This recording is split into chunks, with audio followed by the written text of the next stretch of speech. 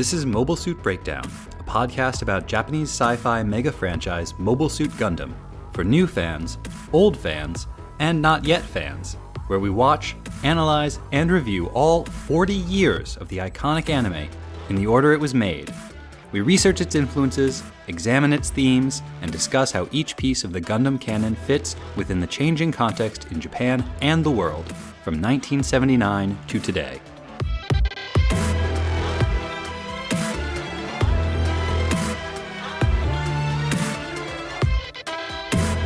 Welcome back. This is Mobile Suit Breakdown, episode 1.6, Welcome to Earth. And we're your hosts. I'm Tom, longtime Gundam fan, short-time Gundam podcaster. And I'm Nina, anime fan and mecha anime convert. This week, First Gundam Episode 6, Garma Strikes. Before we start, I want to thank the people on the Gundam subreddit for their helpful and very nice comments about the podcast. Special thanks to Reddit user StrangerDanger77,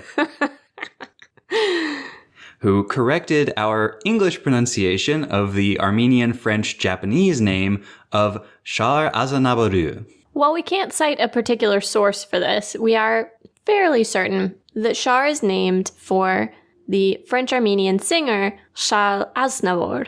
I'm sure my pronunciation on that is terrible. Apologies to French speakers.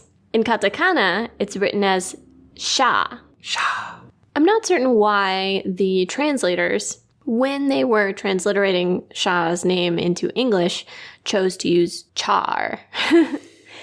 Now, in one of the novelizations, they transliterated it as Shah, S-H-A, but they may have felt that was too close to Shah as in the title, as in the Shah of Iran. For the show, they may have chosen C-H-A-R because they knew his name was derived from Charles, but because it's the French version, if they had wanted people to pronounce it correctly, they probably should have chosen something starting with S-H-A. So apologies for my incorrect and often inconsistent pronunciation, but I will say it is very difficult to see C-H-A-R written on a screen and to remember to pronounce it Sha. But we are working on it, and we can promise you this problem will come up again. We'll do our best, but they didn't make it easy for us. When in doubt, we'll be treating the katakana for characters' names as definitive in terms of their pronunciation. Except when we don't. Are there going to be times when we don't? Well, Char. There's no R in the katakana. But So the accepted English pronunciation of Char is Char. But in Japanese, it's Sha. Like I said, they didn't make it easy for us. Sha. Sharu. Char. It's definitely not Sharu. Sharu. It's not. Charu. No. Stop it. Charuma. No. Sharuma. Charmin. Charming. Urusai. The end of this episode includes some discussion of historical sexuality.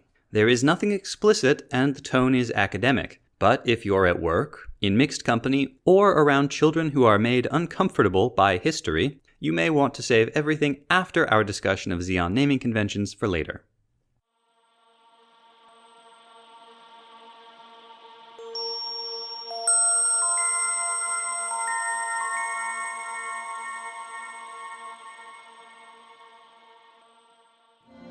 After the Gundam miraculously manages re-entry into Earth's atmosphere, our heroes realize that the Zeon attack has pushed them off course, into a trap.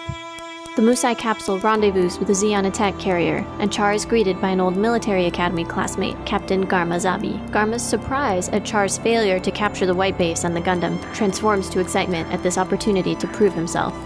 On the White Base, there is a hum of activity as the crew prepares to meet their pursuers. Lieutenant Reed and Ensign Bright disagree over strategy. Reed thinks they should deploy the Gundam immediately, but Bright knows Amuro needs to rest.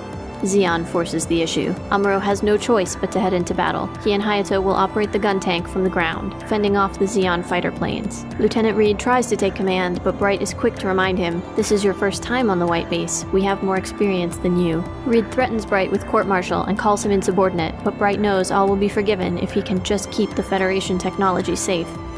Amuro and Hayato are nervous but successful at shooting down a few darting fighters. Suddenly, a massive force of Zeon tanks appear over the crest of a hill. The gun tank is not mobile enough to take on the ground forces, and Bright, in a moment of unusual emotion, begs Amuro to return to the White Base and launch the Gundam. Catching him for a moment in the hangar, a concerned Frabo continues to do what she can for Amuro, handing him a nutrition drink before he enters the battle once more. Garma shifts his strategy, focusing on keeping the White Base and the Gundam from reaching the relative safety of the sea. Char watches the battle develop from Garma's ship, and we learn that he expected and even hoped Garma would fail, exculpating Char's own failures, and perhaps giving him the opportunity to make a heroic rescue.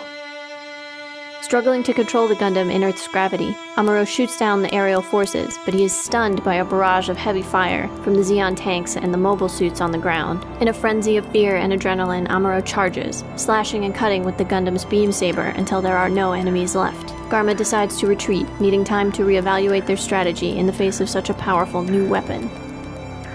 While the rest of the crew congratulate him and the orphans organize a celebration, Amuro succumbs to the pressure of so many lives dependent on him, the exhaustion of several days' battle, the sadness of losing his father and his home, and the grim reality of killing the enemy. He quietly shuts himself in his room, asking to be left alone.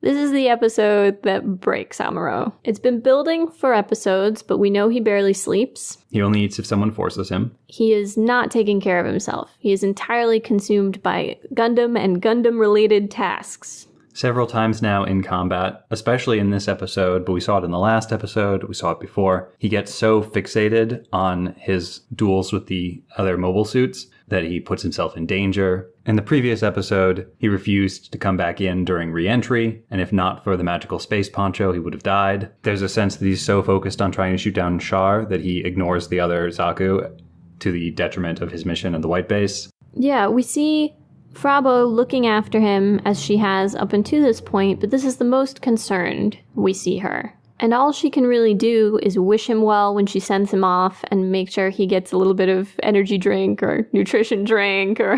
pure methamphetamines. Ooh, some military grade stuff. He does go on a kill crazy rampage right after she gives him that drink. Coincidence? I think not. He also fixates on Hayato's earlier comment about needing to split the attention of the enemy, which initially he strongly disagrees with.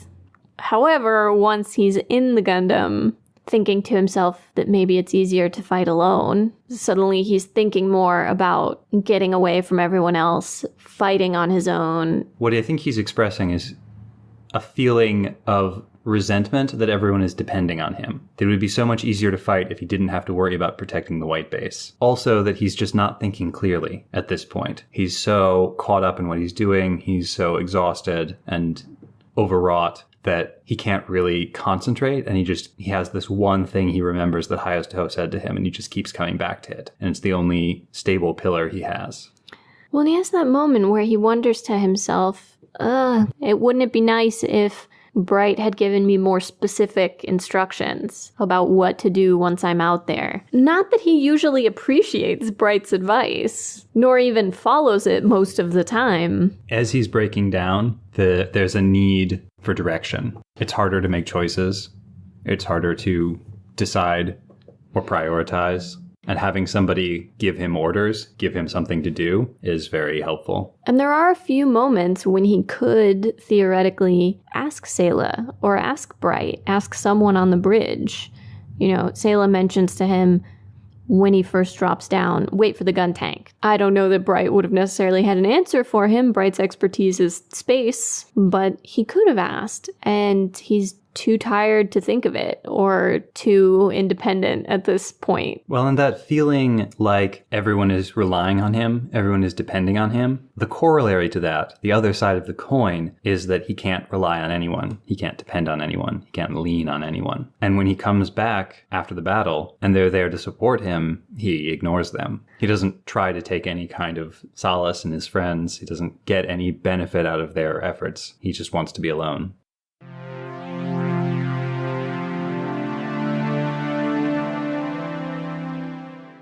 We see Amuro in a frenzy, attacking everything he can reach, but in an uncontrolled, frantic way. He stops when he slashes his beam saber through the ground. We actually get a scene of him, what looks like hacking at already destroyed wreckage. If that's not a frenzy, I don't know what is. And he stops when there are no more enemies left to destroy. And call it reused animation or whatever you like, but there is a scene where he literally tears the Zaku apart with his bare hands.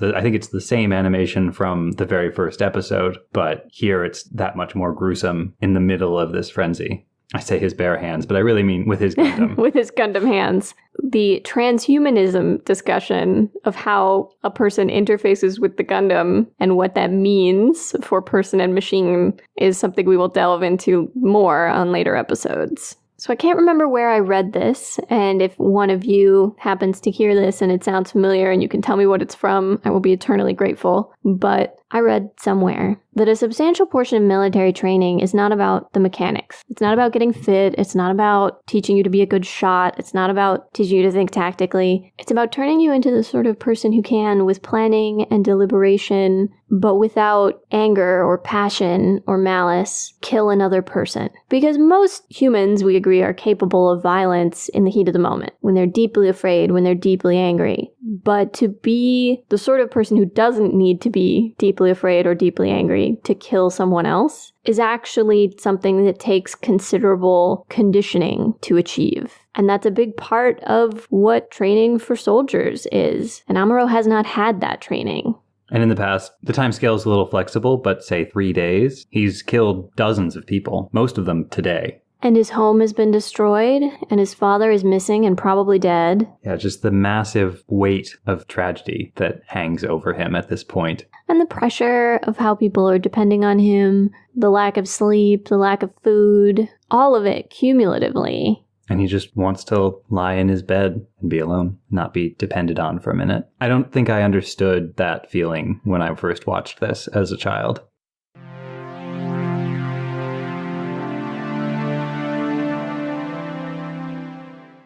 This is an episode where we spend a lot of time in battle, and one of the first things that struck me was the modular nature of a bunch of the war machines. Yeah, no one can just have tanks. They have to be tanks that are also jets, or tanks that are also Gundams. Right, we have the Magella tanks that Zeon uses, where this portion at the top of the turret can break off and become a fighter jet. We find out that the cockpit of the Gundam can be attached to the gun tank for some reason. Why do they do that? They never make sense to me why they do that. Do you want the in-universe explanation or the real one? Let's go with in-universe first. Okay, so I guess in theory, the Gundam cockpit has been tuned to Amuro's particular specifications, his reflexes, stuff like that. And it also contains that computer assistance, the learning computer that we've talked about. Swapping out the cockpit like that allows it to get the benefit of the data from previous combats and also to accumulate more data from this combat. But the real explanation is toys. Of course. Yeah. So Clover, which is the toy company that was the sponsor for Gundam during its run, had their biggest recent success with a similar mecha toy that was a sort of combination toy, and they wanted to recreate that. So for the Gundam toys, their top of the line set was the deluxe combination set, and it involved the Gundam, the gun tank, the gun cannon, the core fighter, and this core block that would all swap pieces around. Deluxe combination set sounds like something I would order at a Japanese restaurant. At a Japanese McDonald's, it might come with a Gundam.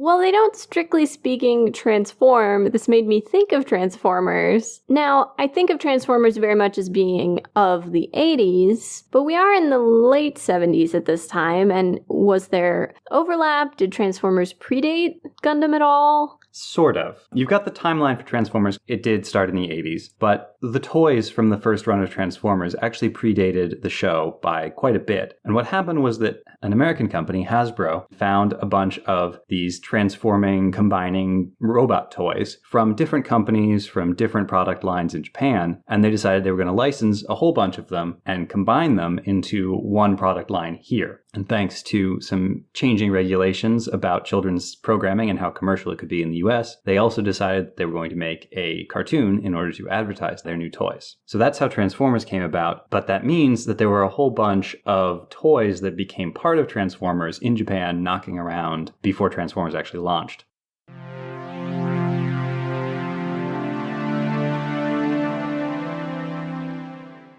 The other thing that struck me was when the tanks appear coming over the hill, it's a lot of tanks. It is just a monstrous number of tanks. And for whatever reason, because of my media exposure throughout the years, I don't typically picture lots of tanks all together. I picture, a couple of tanks, one tank, not dozens. For most of the history of tanks, you would be right. But there was a brief period around World War II when massive tank formations were in vogue. The original Panzer divisions were like 400 tanks to a division. Wow. It was a time when they made tanks quickly and cheaply, and they made as many as they could.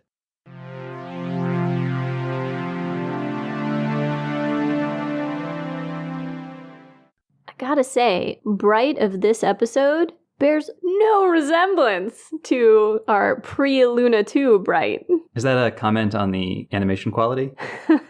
No, I didn't think Bright was as bad as some of the others. It's mostly a comment on Bright's attitude toward Lieutenant Reed, who, after his capsule is damaged, winds up on the White Base, trying to take control, trying to be the one to dictate strategy and give orders, clearly frustrated by the haphazard nature of their crew. He's more senior than Bright. We're not clear whether Bright, as acting captain, has more of a right to give orders than the more senior Lieutenant Reed. Yeah, it's sort of unclear. If Bright were properly a captain and, say, an admiral came aboard, then Bright would still be in command of the ship. But in this situation, where Bright is an ensign, it's really unclear. Bright is very willing to ignore him. And this is new for Bright. Pre-Luna 2 Bright, even if he disagreed, would have been much more, yes sir, no sir, right away sir. Very precise, very uncertain. Well, as we discussed back in episode 3, Vote to Attack, Bright was looking for anybody else to make decisions for him. Anyone, Sayla, Mirai, Hayato, the entire crew. But this Bright is very blunt in telling Lieutenant Reed, we have more experience than you. We know the White Base better than you do. And Bright knows his crew. He knows how much they can take. He knows that he's pushing them too hard. We see that with his interactions with Amuro. He also, when Reed calls him insubordinate and threatens him with court-martial, is very quick to point out a lesson he has recently come to learn, a very cynical and jaded lesson. Success forgives a lot of sins. As long as he brings the White Base and the Gundam safely to the Federation, they're not going to court-martial him. And at this point, he might not care. He might be so exhausted, so tense. So fed up. That court-martial him or not, at least he'll be done.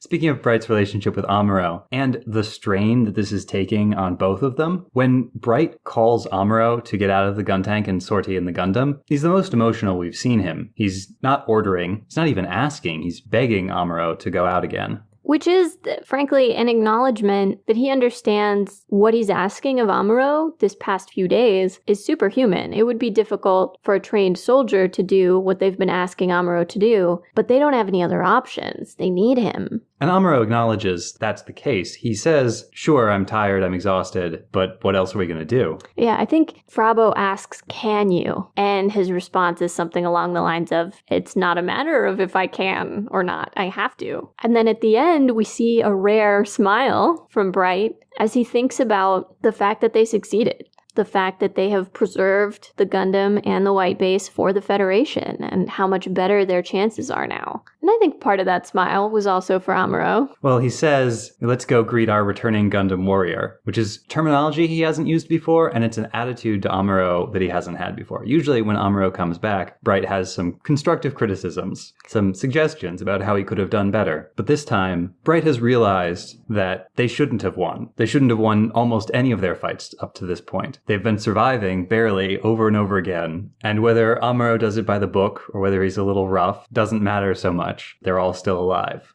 We also see him develop more confidence in his crew, including Amuro, but not just Amuro, all the rest of them as well. When he acknowledges to Reed, we have more experience than you. It's not himself. He's not saying, I have more experience than you. We do. We know this technology better. But I do think that's a transition. I think pre-Luna 2, lots of criticism, lots of instructions. In episode 5, for the re-entry, we see the scene between him and Mirai. He's checking in with her. He knows she hasn't really done this before. He tells her to just focus on re-entry. But he's not talking down to her. He's doing what he needs to so that she can be successful at her job on the ship. And by episode 6, confidence. Yeah, it takes a lot of confidence to ignore the orders, the wrong orders of a superior officer. And a lot of trust.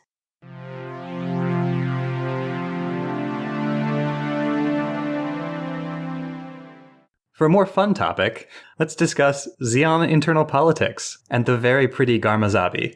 I don't know about very pretty. In that first scene with him, he looks green. Yes, but alright, he's a little sallow even at the best of times. But that purple hair and the way he twirls it, he's bishy. He is a pretty boy. For reference, bishi is short for bishonen. It literally means beautiful young man. Garma and Char are old military academy buddies. Since then, Garma has been promoted up to captain and is in charge of at least some significant portion of the Earth occupation forces, while Char has been making a name for himself as a mobile suit ace. Indeed. Yeah, Garma Zabi. So, any relation to Dozel? Yes.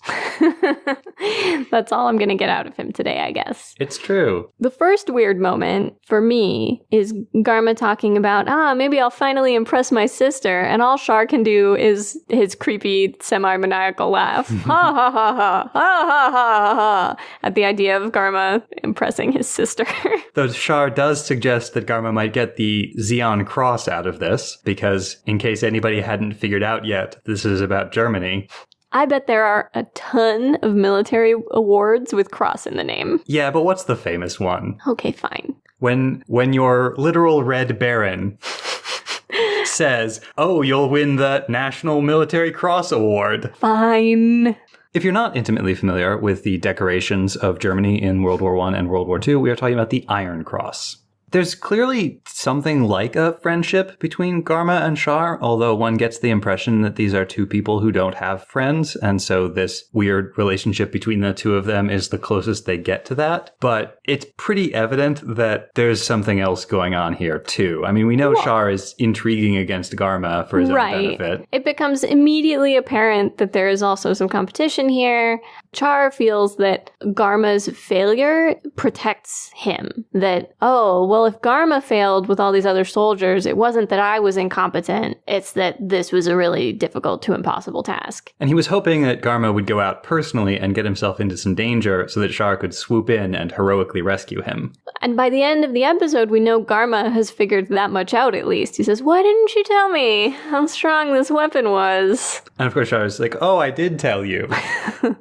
Well, and the dangerous glint in Char's eye that ends the episode. You mean after their steamy shower scene together? Only one of them is in the shower. I will say, though, very first fan service of the show, I was not expecting it to be Char. Also, and this is not established canon lore, so this is my personal theory, I think they slept together when they were in the military academy. There's a little bit of a vibe. There's a definite tension between the two of them. There's like a pitcher-catcher kind of thing. And for various reasons, I think there's some more support for this later on, just in terms of who the characters are and how they interact. Anyway, so yes, possibly former lovers, definitely current rivals. Yeah, well, and there's a sense that Garma resents Char a little bit too. His heroics, everyone calling him the Red Comet. He's at least a little bit pleased to see that Char has failed to bring in the white base. And Char... This felt to me like a dig. It felt like Char was rubbing it in that Garma's sister is higher ranked than him and is his immediate commander.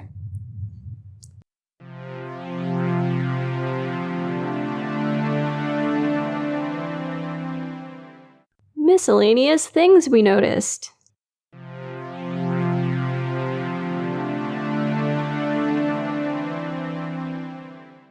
I think Bright's spine must be the reason that he never sits down. He's only just grown it, and he's still not sure how it works.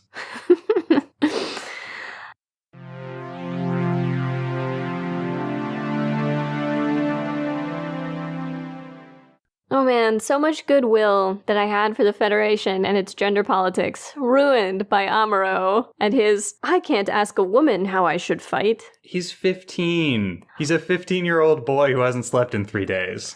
Also just doesn't make sense because he immediately, when he has to suggest someone else to pilot the gun tank, recommends Sayla. Yeah. Well, he says Kai or Sayla, and then he's like, wait, Sayla would be good.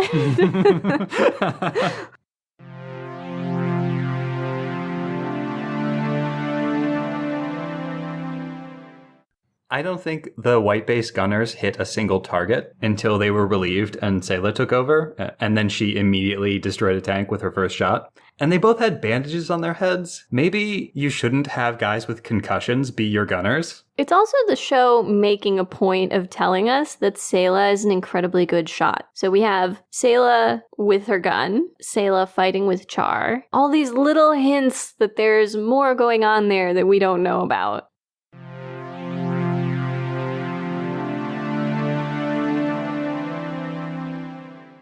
How did the orphans find champagne? Who gave those children champagne? That is a good question. Also, that cart they were pushing around did not seem to have any pie in it, but it did have like 6 baguettes. There was a huge stack of plates. Maybe it was under the plates. Maybe. Or the sausages. Or the champagne.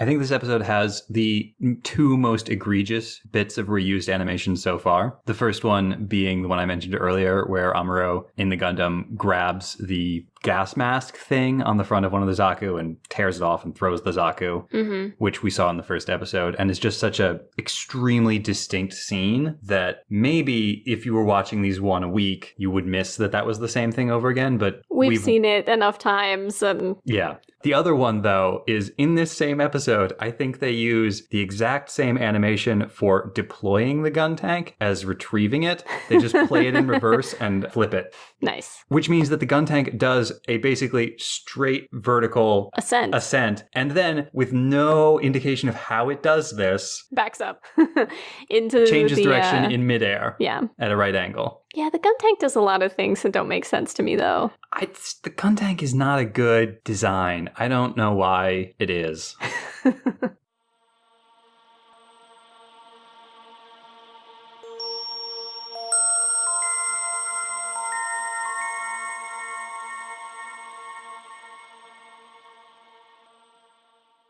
In the recap, I mentioned soldier psychology and the emotional toll of killing and combat.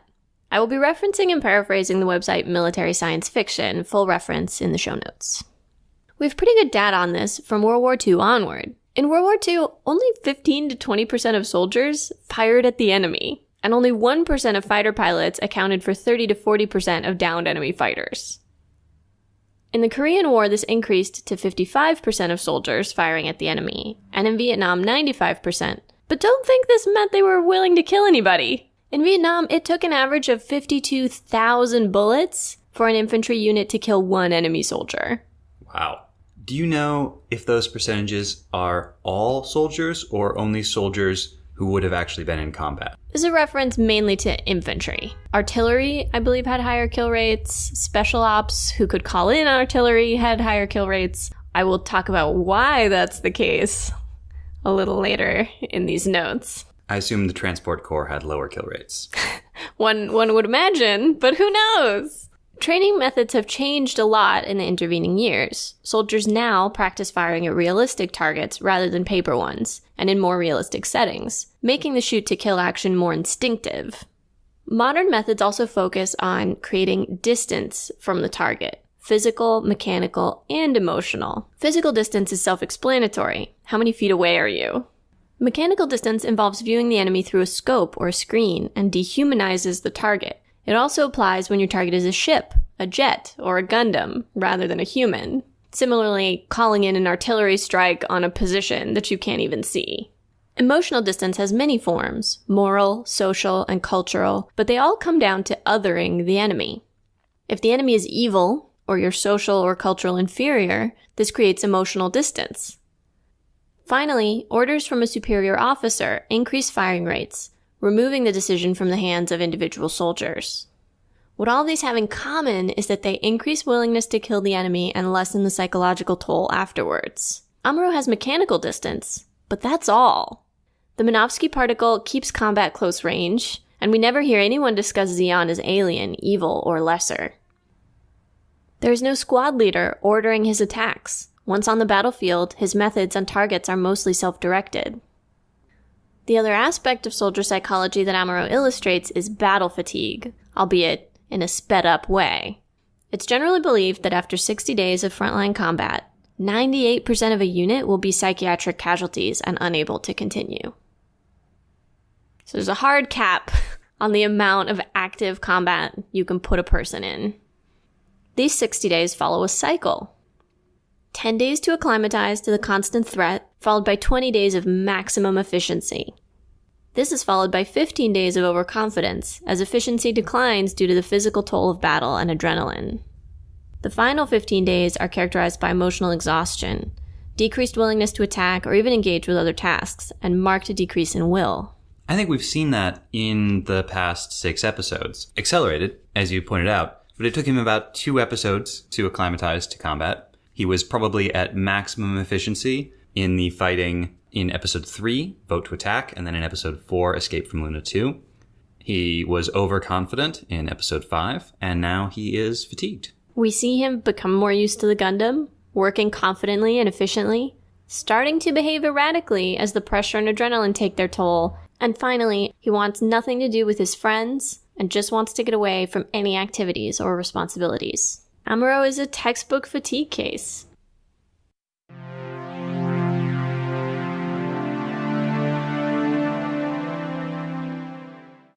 We meet some new Zeon machines in this episode, so now is a great time to talk about Zeon names. First, you might have noticed that the Zeon Magella tanks have kind of a weird name, especially since we've already seen a Federation battleship named after a Portuguese explorer and apparently the sort of guy to think that 49 against 1500 is good odds, Ferdinand Magellan. But despite the similar names, those tanks are probably not actually named after the same guy at all. Federation tech tends to get English names like Magellan, Salamis, Albion, Pegasus, etc. Aren't some of those Greek? Yeah, but the English words for Greek ideas. Okay, fine. Zeon machines, especially in the early shows like First Gundam, get names that are based on Japanese or German. Let's go over what we know so far. The Zaku was originally conceived as a disposable grunt sort of enemy, and so its name is a play on the Japanese word zako, which literally means inferior fish, but translates more accurately to something like small fry. The similar sounding zakutsu is the onomatopoeia for the sound of soldiers marching, and might have also been an inspiration for the name. Musai, as in the cruisers used by Zeon that carry the Zaku, means lacking talent or ability, and is a nice match for the Zaku it carries. So that's what we know. I'm speculating a bit for the rest. In Japanese, the Magella tanks are called Mazera Ataku tanks, and Mazeru means to mix, which seems like an appropriate name for a tank that is also half airplane. The Gao attack carrier, the giant ship that Garmazabi commands, might get its name from the German word Gaul, a pejorative term for a nag or a hack. The sound in Japanese would be about right, and the meaning is very similar to the name for the other Zeon carrier, the Musai. As for the DOP fighters, that's a bit tricky, and I'm not so confident about this one. The name might come from the German word Doppel, meaning a duplicate, or from the Japanese term for the Doppler effect, Doppelu, or for something that is submerged, Doppuri. I'd love to figure this one out, so if anybody has any good information or a good theory, please let us know.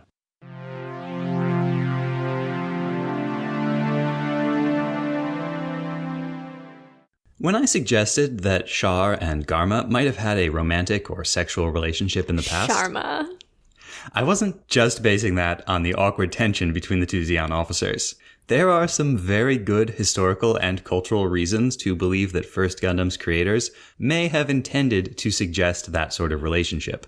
Homosexuality, and in particular, homosexuality among elite men in Japan, is a tradition that goes back at least as far as the 11th century, making it at least as old as the hot towels that we talked about last episode. In monasteries, and more importantly for our purposes, in the samurai class, same-sex relationships typically took the form of an older mentor, younger mentee relationship called nan-shoku. There was no sense at this point of being gay as opposed to being straight. These non-shoku relationships were viewed as separate from and not in competition with relationships with women. Some men might prefer other men, some might prefer women, but to pursue either exclusively would have been considered odd. In these non-shoku relationships, the older partner, or nenja, would train the younger, called the chigo, in the skills necessary to become a warrior. And sometimes, often, if both parties consented, they would also become lovers until the younger partner graduated from his apprenticeship. This was considered to have a mutually ennobling effect. The older would teach the younger to be a good samurai, and would himself be motivated not to shame himself in front of his lover. This is actually very similar to some homosexual relationships between warriors in ancient Greece. The famous Sacred Band of Thebes was an elite cadre of 150 pairs of male lovers, one older and one younger. It was said that the Sacred Band never retreated from a battle, because no warrior among them could bear to show weakness in front of his lover.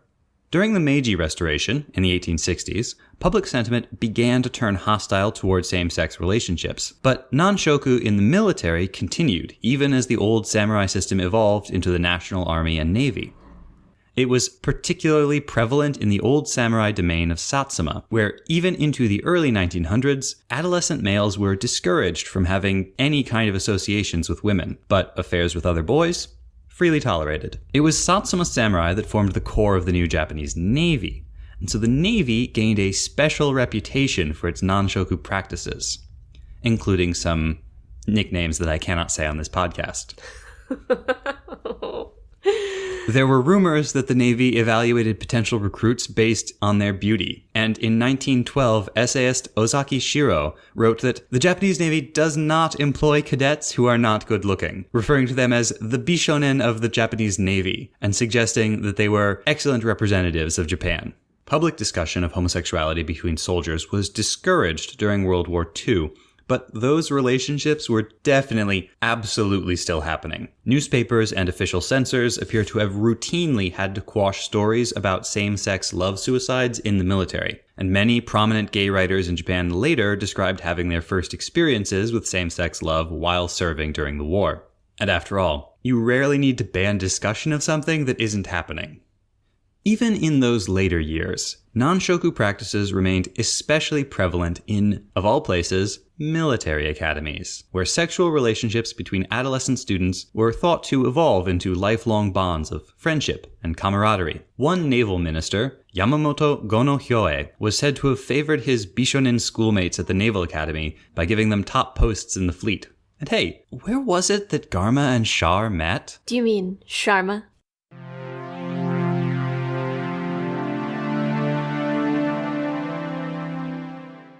I was thinking about what you said about adolescent men being discouraged from associating with women, and I wonder if that's because you could ruin a woman's reputation by associating with her. Just associating with a man wasn't going to ruin him in any way.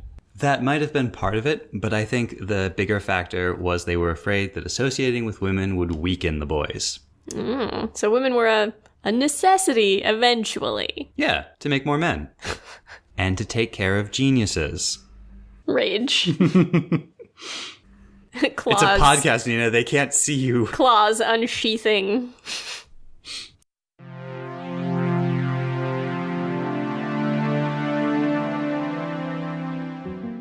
Next week, we'll return with episode 1.7, Free Fallen, to talk about these child soldiers don't understand the suffering of being old. Absent mom, food mom, and battle mom. Carrots and sticks. Too many G's. Nuclear level stink eye. Kai the Fool. Pow, right in the kisser. The pianos of tension. Char and Amuro are feeling blue. Let's have a riot. Define safe. And what we've got here is a failure to communicate. Will you be able to survive?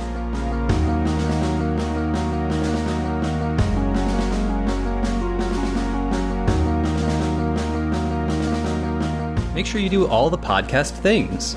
Like, subscribe, share, and pledge your undying devotion to Mobile Suit Breakdown on fine podcast services everywhere, and on YouTube. Follow us on Twitter at Gundam Podcast. Check out our website, GundamPodcast.com, for episodes, show notes, and more. And you can email your questions, comments, and complaints to GundamPodcast@gmail.com. Or come shout your wrong Gundam opinions to us directly by coming to scenic New York City and yelling that remaking First Gundam with modern CGI is a good idea on any busy street corner. We'll totally hear you. The intro song is Wasp by Misha Dioxin. The closing music is Long Way Home by Spinning Ratio. You can find links and more in the show notes. And thank you for listening.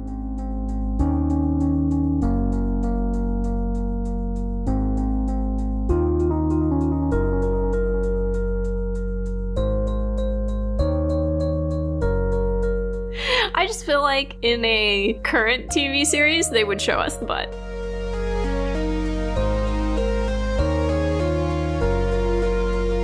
Agatha would be a good podcast cat. Yeah, she'd be our mascot. Shout out to our listener, Agatha.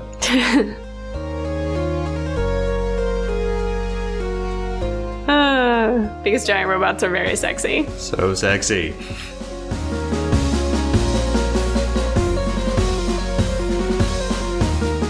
You threw off my groove!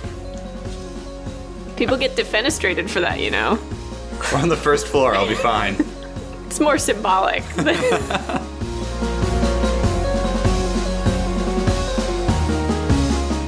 What is with the traffic today? Alright, how are we feeling? Do we think that's a wrap? That's good, yes.